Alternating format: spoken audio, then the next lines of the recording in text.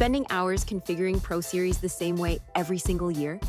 Most tax professionals never optimize their settings, so they're rebuilding workflows that could be locked in once and forgotten.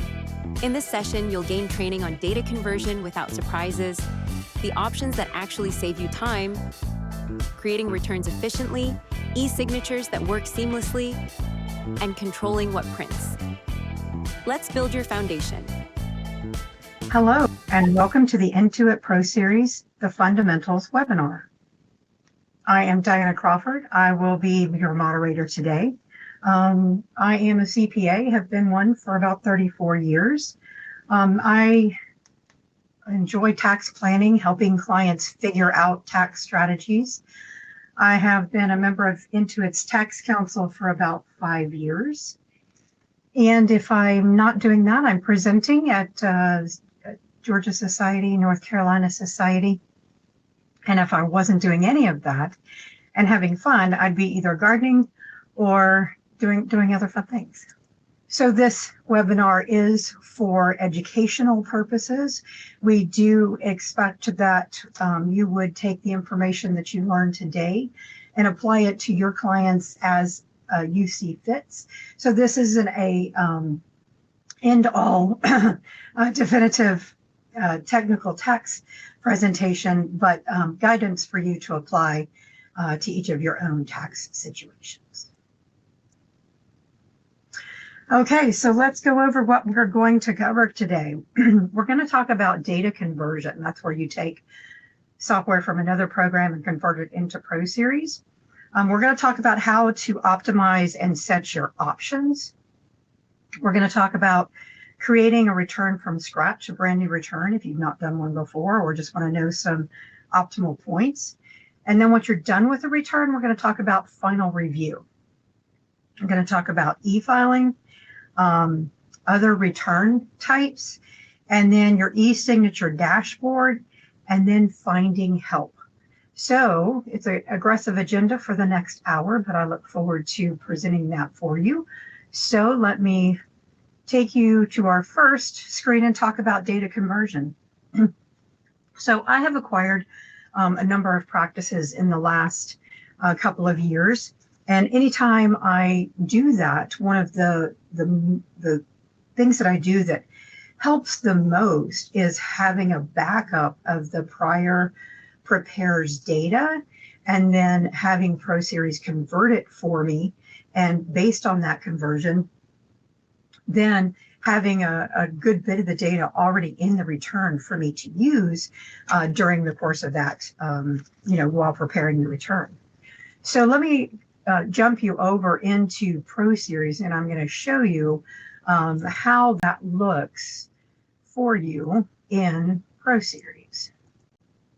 So here you can see my ProSeries screen, and when you're going to do a data conversion, where you go is, first of all, you need to be on your firm or your company's administrative computer. So if you're on a network, it's the company that acts as the administrative computer, and you also need to have the data that you have backed up from the other tax program residing on the local drive, hard drive of that computer. It cannot be on a network drive. So make sure those items you've passed. And then once you're on that administrative computer, you're going to go to import and then client data conversion, and you're going to submit the data for conversion. Now, if I try to do that here, it's going to say you're not on the admin computer, which I'm not. So then you just walk through a very simple process of a number, because these will be numbered sequentially, and then an email address that the notification will come back to. And this takes generally less than a day. I've had it maybe a little bit shorter period of time than that. And so you'll get the notification that the data is back, and you go back to the import, the client data conversion, and then the download. And so this will download all of your converted data, and it will be assigned whatever number you start it with. So because I've done several practices, I would start them with different numbers. One's a 5, one's a 6, one's a 7, things like that. So that way you know, or I could identify by the name of the file which of these clients I had converted. And usually that conversion process is available in November, late October, November is when you can convert the prior year data, like the last years, into the current years. And it's really easy to access. I would say that when you get the converted data, the couple of items that you need to check is the depreciation, because sometimes, depending on how other programs labeled assets and what their categories are, that asset classification may need some classifying in ProSeries to make sure that you've got the right asset class and that your prior year accumulated depreciation rolls over. The second would be your prior year short-term and long-term capital gain losses. That doesn't always convert, and I always want to make sure that I've got the right number, so I check that. And then if you had prior year losses from businesses like your S corporations or your partnerships, you want to make sure that that rolls over into the current year as well. So next, let's go and talk about the options. If you're new to ProSeries and you're just setting this up, how can you get the most efficient and effective use of the program, and how are there even things that make sense for you to set up in a certain way? And I've used ProSeries or its predecessor for literally about 36 years. So I will tell you that not too long ago, I was watching a webinar that someone else was presenting, and I'm like, wow, how long have I been using this program? And I didn't even know that these things existed in ProSeries, and it makes life easier. So you would absolutely want to know this. Okay, so one of the first things under options is the HomeBase settings. So let me go back into ProSeries so I can show you this. All right, so if you go to Tools and then go to Options, so you can see here all of these options. These are the general options that we have showing. And what you'll learn about me is I'm a time junkie, and if I can do something quicker, that's how I'm going to set my options to make sure it's the most efficient and effective way to go. So, showing grid lines, you see I'm wearing glasses. Any help I can get with getting to where I need to go, that's what I'm going to have done.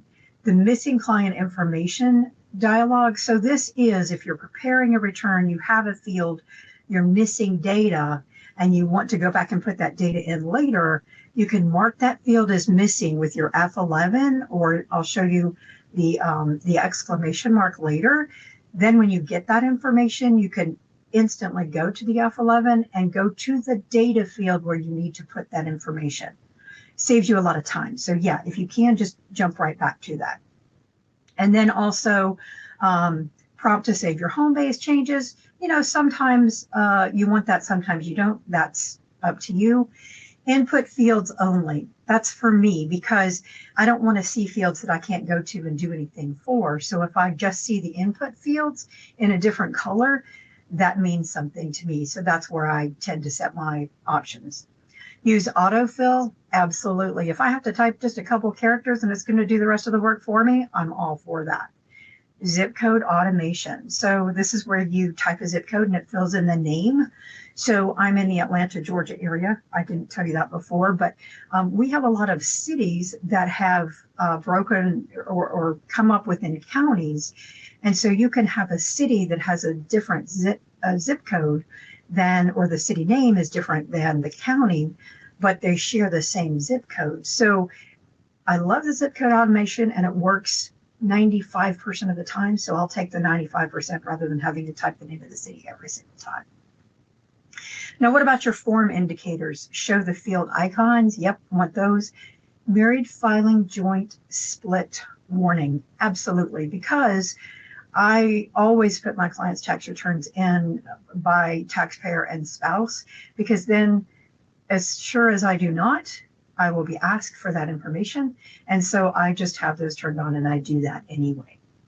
Now, quick entry mode. This is something that ProSeries has that I have to honestly tell you I've never used, because when I started out in ProSeries so long ago, I didn't know it existed.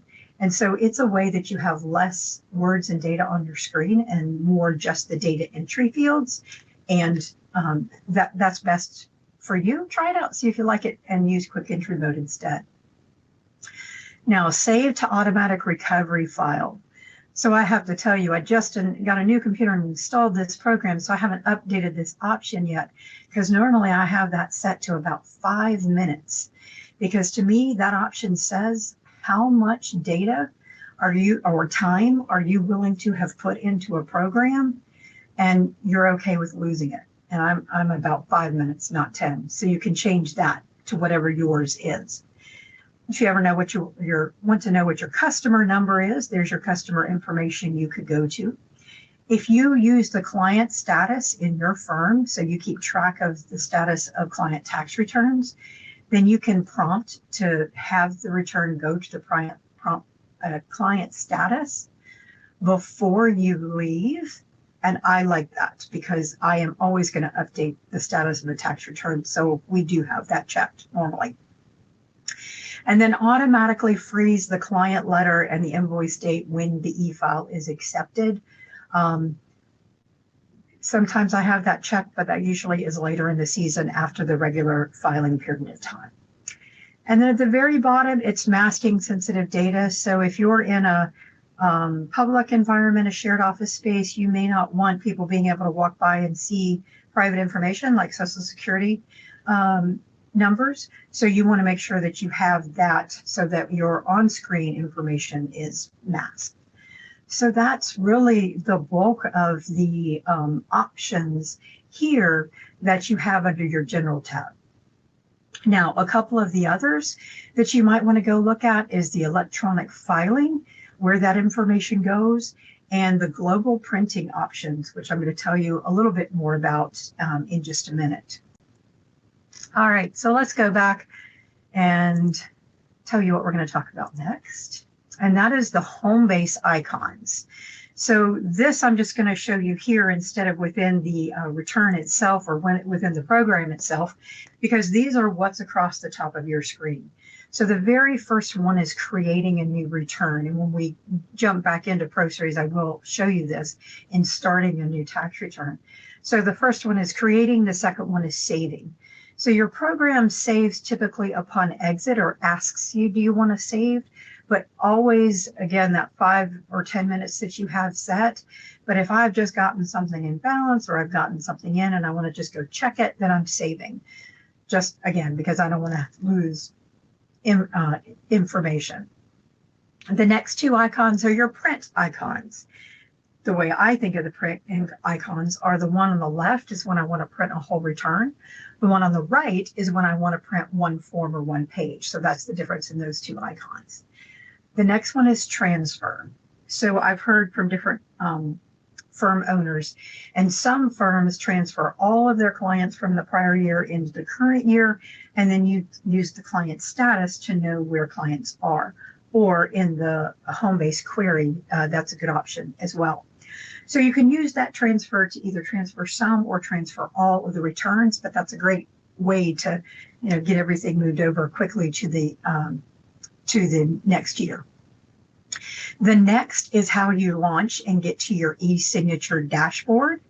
And then the next is batch, when you want to send a batch of e-signatures. So we're going to talk about the e-signature dashboard in just a little bit. And then the next, the little house icon that has EF in it, that takes you to your e-file center. And the next one is the paperclip icon, which that is when you want to attach PDF files for e-filing. I'm going to show you that within a return so you know how to do that. I find that I use that a lot in the States, but there's also some situations in the federal return where you'd use that. An example is the ACA exception. That's occurrent in the individual return that we use that attachment for a good bit. The next one is e-file now. So that means if you're inside a return, because it's grayed out if you're in HomeBase, and you click the e-file now, that takes you directly to e-filing that tax return that you're in. And then e-file status. So the next one, if you are in your e-file center and you have a tax return and it's then e-filed and you want to update the status of it, you can highlight it, click e-file status, and it will go out and check the e-file database and see if it has been accepted. The next is snapshot. And so snapshot is, and I'll show you this in another slide in a minute, it's a short summary of the tax return itself. In fact, I'm going to move you over there so you can see this. There it is right there. So on the far right side, you'll see the tax summary. It's a snapshot. And so if you're in a return, or actually you're just on HomeBase, and you want to click on a return, it's going to bring up these data elements. So sometimes you just want to look at a high-level overview without going into return. This is going to tell you what that's going to look like. So let me go back.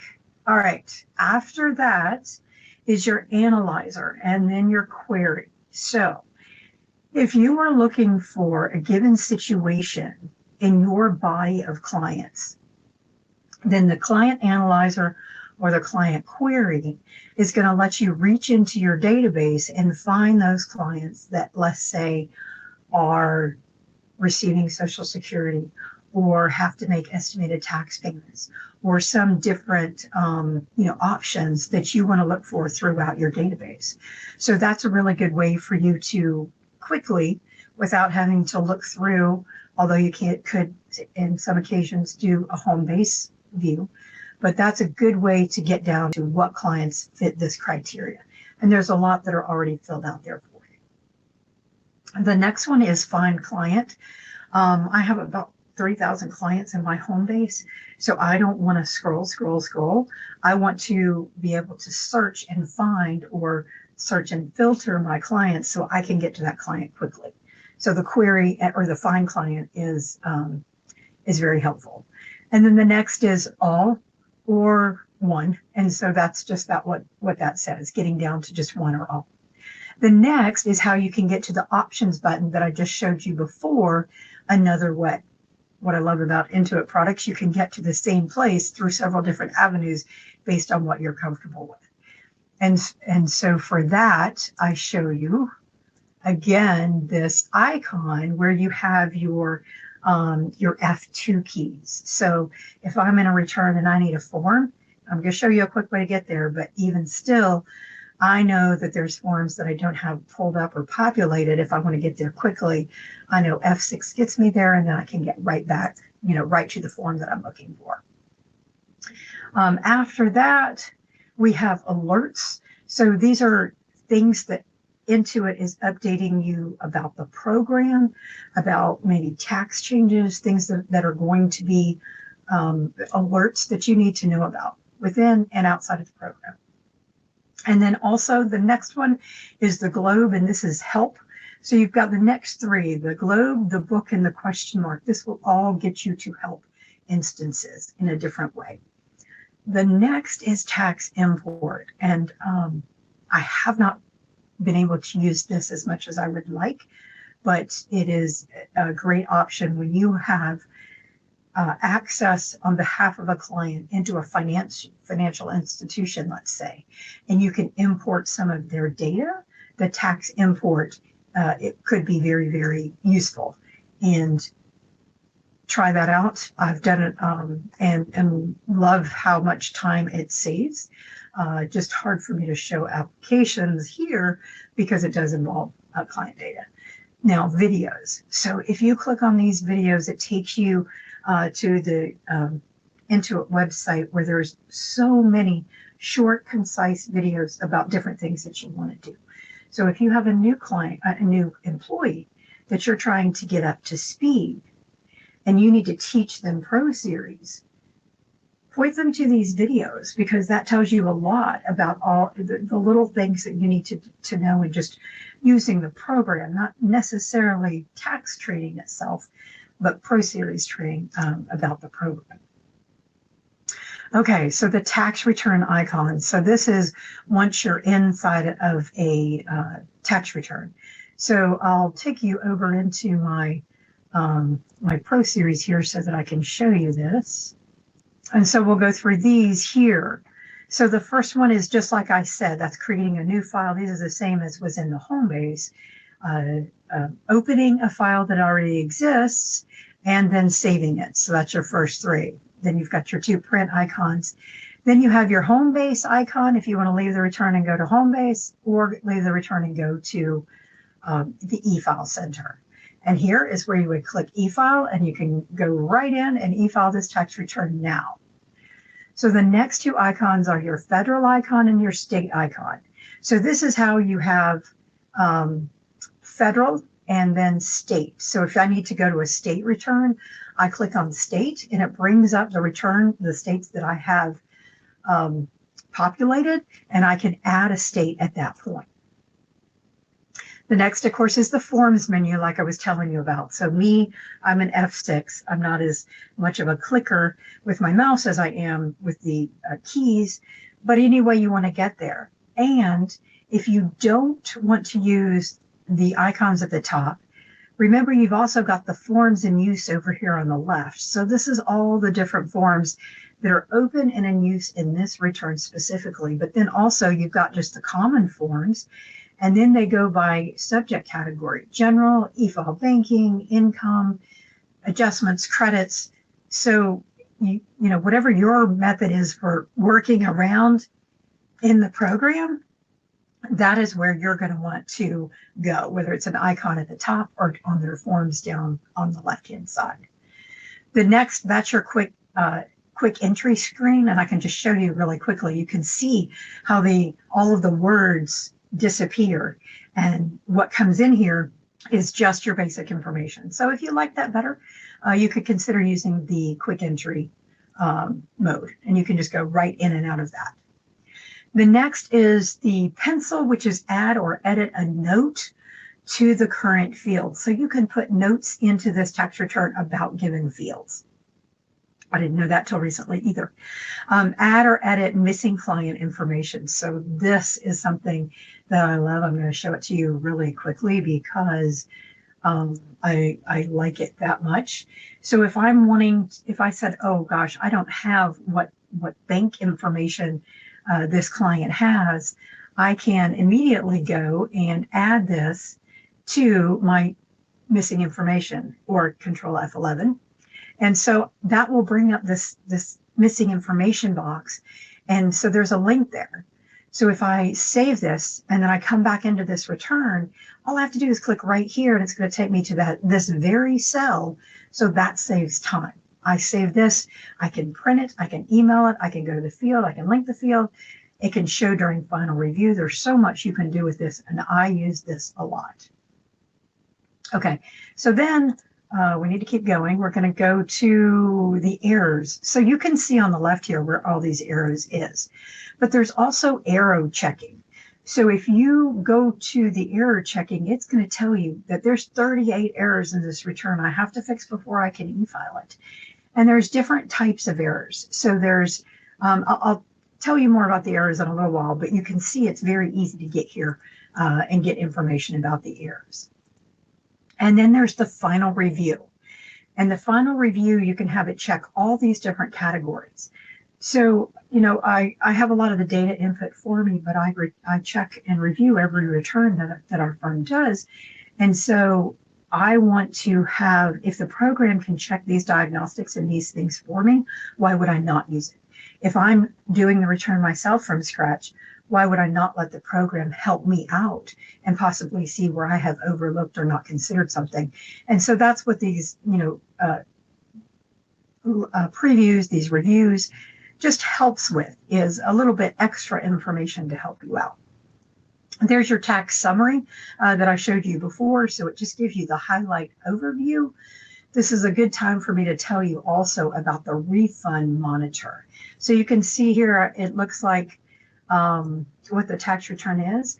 But then over on the far right-hand side of the screen in the blue line that says Federal Information Worksheet, it says that they are projecting a refund right now of $5,331. How do you get that to show up? Under your view, go to view, and at the very bottom, here's your refund monitor. So that's going to be very helpful for getting that, that to show up here. Then you have a calculator. You can have that set up however you like. letter. This is how you go to the client letter and make the change for if you want to edit, if you want the standard letter, custom letter, you get to pick what that letter is, and I'll talk more about that as well. If you want to invoice through QuickBooks, here's your icon, and one of my favorite boxes, where do I enter? So, there's always a new form. A client has something you haven't seen before. So up here you have the where do they enter, and then over on the left-hand side you have where do I enter. It's also great for new staff that have a form in front of them and they don't know where do I enter. And it works in the states because you might be really great at a couple of states, but you're not necessarily great at all of them. That helps there as well. The rest of those icons are the same as on the HomeBase screen, so I will leave you to it there. All right, so now we're going to talk about creating a return. So when you're on your HomeBase screen and you want to create a return, you can create a return of any type. So it is up here in the upper left. You can go to File and Create, but the little white paper here is where you go. And so once you click that, it's going to give you the option of what you want to add. I do get the full professional version, so I have all the options in terms of what returns we can create. And so then you pick the return that you want to create. I haven't done a 1065 here, so I'll create that. That opens the return, and then we back on our options, we selected to have the different fields be different colors. And so this tells you the red fields or pink fields is the information that has to be filled in before you can e-file a return. Also, you've got your errors over here that have to be completed before you e-file a return. If you want some very detailed information about partnerships, we've got another webinar on business returns, and that will go through some of the detailed information. But this is where you start in a return. And for me, I just start in the beginning and work my way through creating the return. So the worksheet is really where you want to go first. The forms in use will have what has to be in the return, and then your common forms. So obviously, if we have a partnership, we're going to need to fill out the K1s. So that's under common forms, so I can go there quickly. Pops up the box for me to enter the partners. And there we are instantaneously. We get ready to go. And the yellow boxes here are for our line data fields that you can put information in, but you don't necessarily have to because it might not be needed. So you can see, like on the primary data, the primary physical address, if it's the same as the address above, you can click yes, and the bottom part does not need to be filled out. But if you click no, then it gives you the option to fill in all that information, or it would require it once the information above. And so all of this is just starting and filling this out, going back to that information. Let's talk about the final review. So I showed you that real briefly. And so in the final review, you have 3 types of different reviews that can come up that you want to go through. The green are the suggested, the red have to be updated before a return can be e-filed. And then there are orange, which means a suggested update, but not something that is required. So when you get to that final review, I do that right before I mark a return as done and filed. And as I mentioned before, why not check this information just to make sure that you are where you think you are in that process. All right, so next, let's talk about the e-signatures.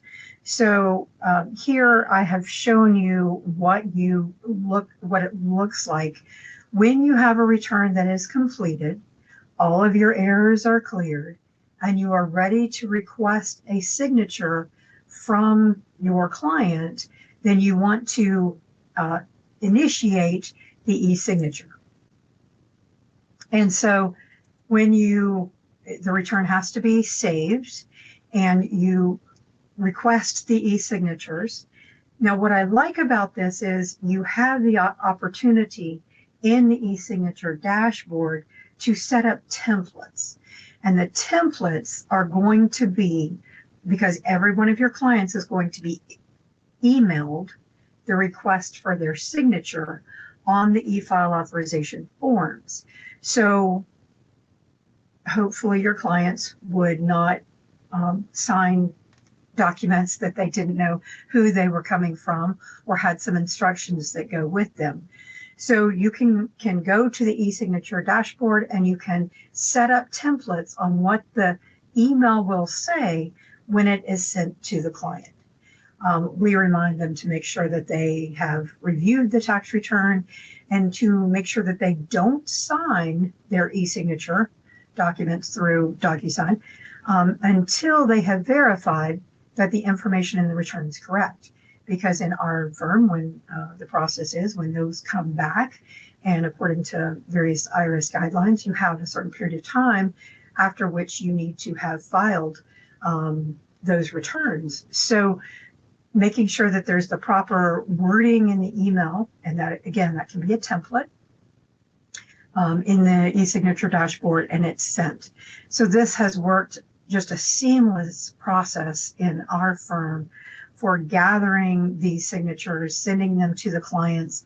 We love the e-signature dashboard, and it shows you, you can see the top of the e-signature dashboard here. So it shows you how many e-signatures you have sent out, how many you have received back, how many clients have declined to sign the returns. Maybe they found an error, and so the proper thing to do for them would be to decline it, or in the number that you're still waiting on. The other great thing is that you can set up automatic reminders.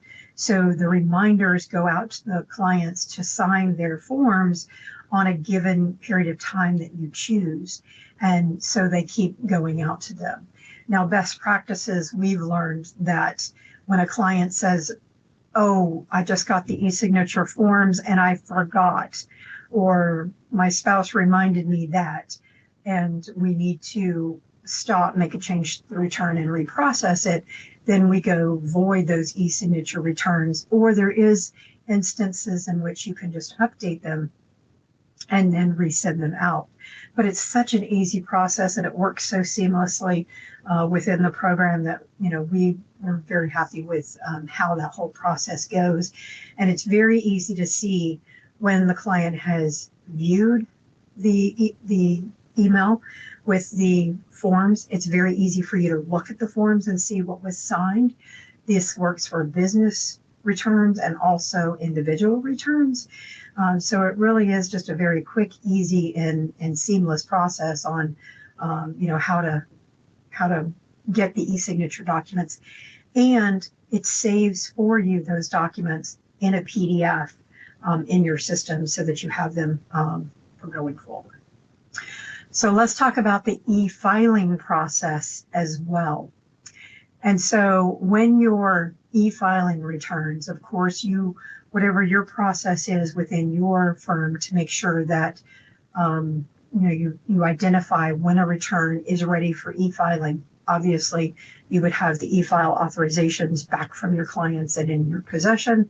But then you can either have the return open and select e-file, as I showed you on the icons from the top of inside the tax return, or there's the e-file center. And so you can go to the e-file center and you can e-file multiple returns at the same time. So in another webinar, I go through some deep dives on the HomeBase. And so you can also configure your HomeBase to identify, based on the client status and a couple of other data types, when you have a population of returns ready for e-filing, if that would appeal to you. So once you have identified these, you can highlight those returns that you want to e-file together, and then you are going to transmit them for e-filing. In the e-filing, you have a convert, transmit returns, extensions, payments, all of that can be e-filed. You can also batch e-file, so you can batch like extensions. That becomes real helpful when it gets close to deadline day. And when you want to batch file, That is under the file program, the file option. So that at the very top of your screen, the very first option is file. And that's where you would go to do some batch processing. So on the e-file center, you select the return. And then once the return is e-filed, as you know, the e-file center will update that return with what the status is. And so if the return, and the e-file center has several tabs. The first tab is the All tab. So that's all your tax returns that are marked for e-filing. That is an option also in the e-filing options, is if you want all returns as they're created or as they're transferred to be marked for e-file. And we have that option set because it's our goal and requirement to e-file all the returns that are eligible. The second is you have a pending. So these are the ones who've been worked on, but they're not quite ready. The third is the rejected tab. So this is one we keep a close eye on. So if we've filed a return, we have a method for tracking when it's been filed and has it been accepted. And so we go to that rejection tab to see why was the return rejected. And the reports, you click on the number, the submission ID, and that will get you the e-file report to tell you what the reason was for the rejection. If you end up having to mail the return, you'll also want to print that report so that you can submit that with your form to indicate why the client is having to mail the return instead of it being e-filed. After that, you have the accepted returns, and then you have another tab for the e-signature. So that shows you all of the statuses for the e-signatures. And so I'm always waiting to see if there's going to be new tabs or new information in the HomeBase. And I've always been pleasantly surprised to this point as to all the new features that are in ProSeries from year to year. So e-filing, again, you're just making sure that you're ready to go. You e-file it, you're checking the status. And the statuses, you can have your system check that automatically every time you log in. It will check periodically, or you can say, check the e-file statuses. If you go to e-file at the top and go under e-filing, you have the option of receive acknowledgement statuses or update acknowledgement statuses. And then you also have electronic filing reports that you can use as an option as well. So let's talk about printing a state return. And so for this, I'm going to go back into my returns and into ProSeries and show you how to open or how to get to an additional return from inside of ProSeries. Okay, so as I showed you quickly a little bit before, but to show you in greater detail, the ST is the state option. So if you go into the state, you have all these options, and when you want to attach a return, you click on that return, say OK, and then that jumps you into the return with all of that information filled in. Of course, you see over here all of the errors that your state return has. And when we talk about doing state returns in details, it's working through all of these errors in a lot of cases that has to be done to make sure that you've completed the state return. But I always make sure that at least the information worksheet you go through. Now, what happens if you accidentally added a return and you didn't mean to? How do you remove that return? Under the file here at the top, you have remove this city state. And once you do that, it removes this state and it takes you back into the federal return just that easily. That return that we added by mistake is gone.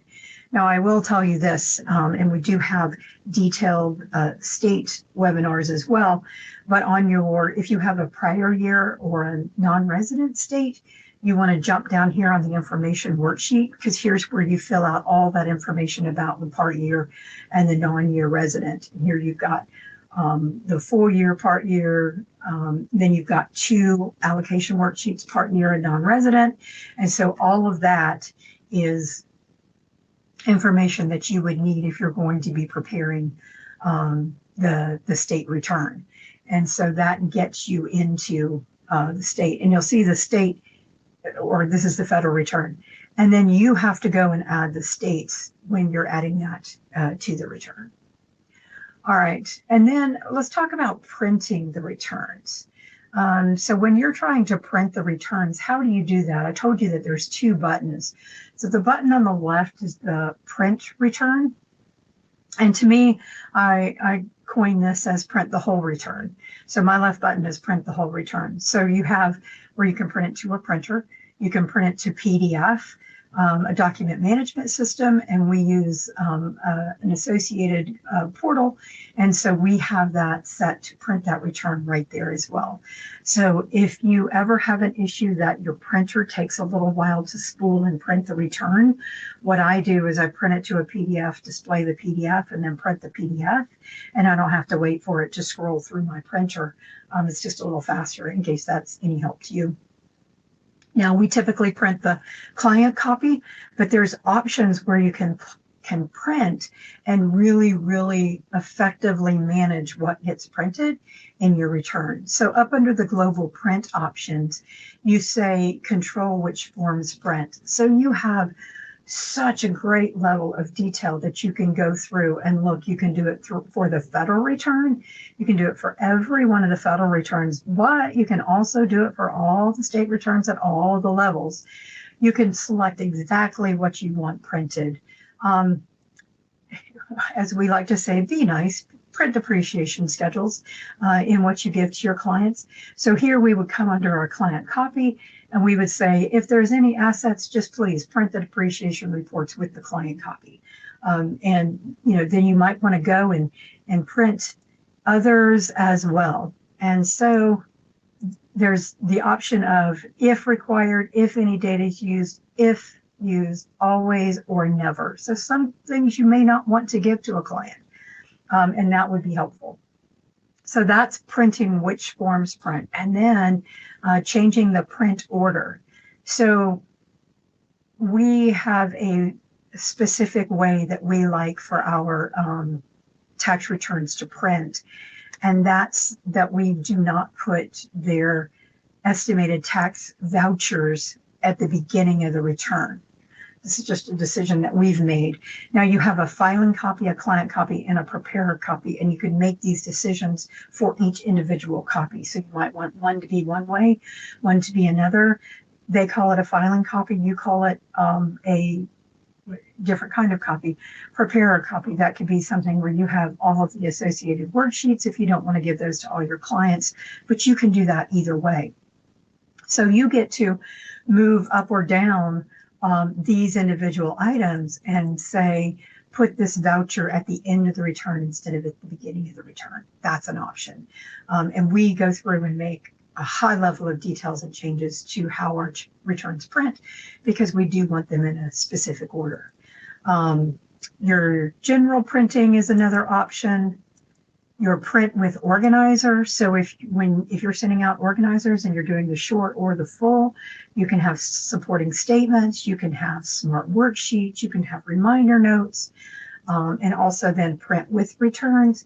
So if you didn't think you had all this level of control over what actually gets printed, you do. So go check that out. Maybe it'll save some paper or save some space on the drives into what you're actually printing. You still have the file. And then you also can control what letters print. So anything that you can do to, keep that precise, there you go. And then all the different places that you print. Your labels go one place. If you want client presentation paper, client letters can be on letterhead to a different printer, tax forms, where you want your PDF saved. Do you want to allow overwriting? Do you want a password? All of this is what you can set up so that you have, when you print returns from ProSeries, it goes right to where it is that you, intentionally want that to go. So the more you can customize this in the beginning, the less angst you will have as you go throughout your ProSeries time. All right, so let's go to our next. We talked about printing the returns. Let's talk about workflow utilities. And so when I was in the return, I told you a little bit about this, but that's adding a note to a field and the missing information. So the missing information is the F11 that I had mentioned to you, and you have the box. And so you can add that information. I'll go back into ProSeries so you can see that, and also the note field, because this is very useful to have. And so I mentioned before that it's the exclamation mark at the top of the screen. So that pops up your missing information. If you had a moment and couldn't remember, what is it that we're missing in this tax return?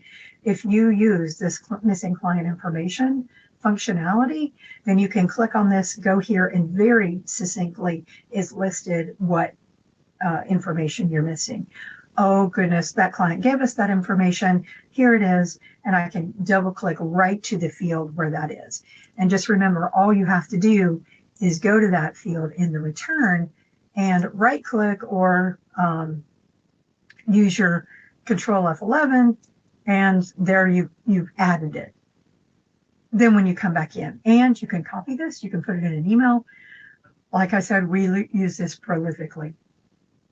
Now, the other thing that you can do is you can also add a note field. So see here, if you right click, you can say add a note. And so add a note, here's where you put that. And so you can have this note print with the tax return. Now, that's for filing. So this would be something that say you wanted to add as a note. So if you want to print this note for filing, you could put that there as well. And then there's a whole list of notes that you can print. So you can print it, save it, and this is for that individual field. Now let me find a field where we have items that are, I'll go to the main tax return. So let's say that you have a field here and you see the looking glass. So the looking glass, of course, takes us backwards to the supporting either form or field or worksheet to where this information comes. But if you right click on this field, you can also add supporting statements if it's not a summary field. So we're on the summary. Let's go to this one. And if we had this and we did a right click, I'm batting 0 here. But the point is, if you want to add a supporting statement and it is not a field that is layered, meaning it doesn't go straight back to one, you can add a supporting statement there. So that's always a good way to add information in if you want to add the detail without having to go to the supporting statement. But I also love that in ProSeries you can jump right back and get to the field. And of course, here's where you click and you get your supporting statement, and that's what it would look like if you added it. But even though a field has quick zoom, in a lot of cases, not all as we just saw, but in a lot of cases you have that you can fill this out. Remember too, if you don't want this to print, make sure you check the box, otherwise this is going to print with the return. Because sometimes we just use that for internal information.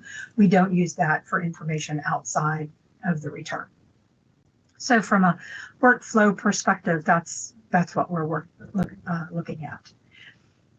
So let's talk about if you are looking for help. So, as I said, I've been using ProSeries for many, many years, and there's still, with tax law changes, with form changes, with new forms, with new tax issues that we've never had before, you might be looking for help. So where is it that you could go to find out more help about ProSeries itself, about the return, about an issue? And so across the top, remember I showed you on the far right, there's those 3 icons that take you directly in to help. So within the program, you've got the 3 icons across the top of the screen, and that is right here, About Dependents AGI. That will take you to more information. And then you have Ask ProSeries or Search Help. And here you have these 2 options here in the upper right. And then, as I mentioned, you have videos here, and you have these information here, which is your help, your government instructions, and then the alerts, which tells you about about new things within the program or the updates to the program itself. So that is where, if you're looking for more help, that's where you want to be, is in looking in those different places. And also in the My Accountant section under ProConnect, that's also a great wealth of information about the program itself and changes to the program. The videos, as I mentioned before, in the help section, those are smaller and more specific than a webinar per se that lasts for an hour. I will go in there if I have an issue where I can't get something in like I want it to, and that really gives me some quick, succinct information on where to go. So, in review, and I know we covered a lot, but hopefully, if you're new to ProSeries, that kind of gave you a leg up on getting started. Data conversion works great. It's quick. Just do your due diligence, and once you get the returns into ProSeries, look at the 2-year comparison, look at your depreciation schedules, look at your carryovers, your long-term, short-term capital loss carryovers, and then the loss carryovers. And I don't know that I mentioned it before, but also look at the QBI carryovers. I don't think I said that before, so I'll make sure I mention it now. If you're a little bit of a time junkie like me, and get your options set, because it can save you a lot of headaches down the road for what you want to see, don't want to see, know where to go, not go. To me, that just saves time. Then there's also the tax import, HomeBase. I didn't show you the HomeBase queries. We do have some of that in another webinar, but querying HomeBase, so I get mine narrowed down to, okay, it's getting close to first extension time. Who have I projected owes and hasn't yet whatever. I can do a HomeBase query. I feel like a programmer when I do that. Just kidding.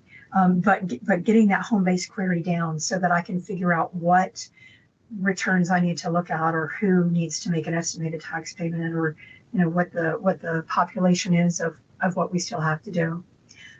Creating a return. Once you create it, I work my way through the program. If you do a lot of business returns, we have a business webinar. We talk about some of the key sections in those business returns, so I'd welcome you to go look for that as well. Printing the returns, I don't like to waste paper. I don't like to waste disk space. So get that down to what you want it to look like and make it your own. That tax return can be not the filing copy, but your client you give to your copy you give to your clients, or the copy you keep for yourself. You can create that and put that in any order that you want. Filing has an obvious path or list that it has to go in, but if it's for you or for your clients, you might want to take that 2-page comparison or 5-year history and put it right up front. Move those estimated tax payments to the very first, or the middle, or in a different position, but you've got flexibility. Just use that. E-signature, I love it. Use it, and it has saved us so much time, effort, headache, and it makes the returns quicker. If I can review a return, go over it with a client, send it to them, they sign the returns, and we filed it, that whole process can be done, in half an hour, from filing to accepted in most cases. And to me, that just allows me to put that away, and I'm done, and I can move on. Workflow utilities, that F11, I know I've said it 3 times, but I do really love it because it works for us, and it helps me get right back to the exact field that I want to put that information in. And my goodness, finding help, there's so many ways in ProSeries you can go and find the things that you need, both within the program and then within the community and the help. The Intuit community is great as well. And so all of that really helps with learning how to use the program and better. And again, I'll plug one more time those little videos that are in ProSeries itself. Very, very good for trying to find the things that you just don't know for sure where to go. If you are looking for more training and resources, you'll see there the links, and then also the online help that you can go to. There is a big community of support, and I'm involved in some of those and answering questions. And that's where my first stop is in looking for help that I can't find in the other sources that I've already given to you. So thanks for being here, and I hope to see you on another webinar. You now have the foundation to streamline your entire workflow, convert client data cleanly, configure your workspace to eliminate redundant steps, move returns from creation to e-filing without manual friction, and set up e-signatures that work seamlessly. Ready to put these fundamentals into action this season? Be sure to visit accountants.intuit.com/training for webinars, articles, and resources to master ProSeries. Let's keep building your expertise.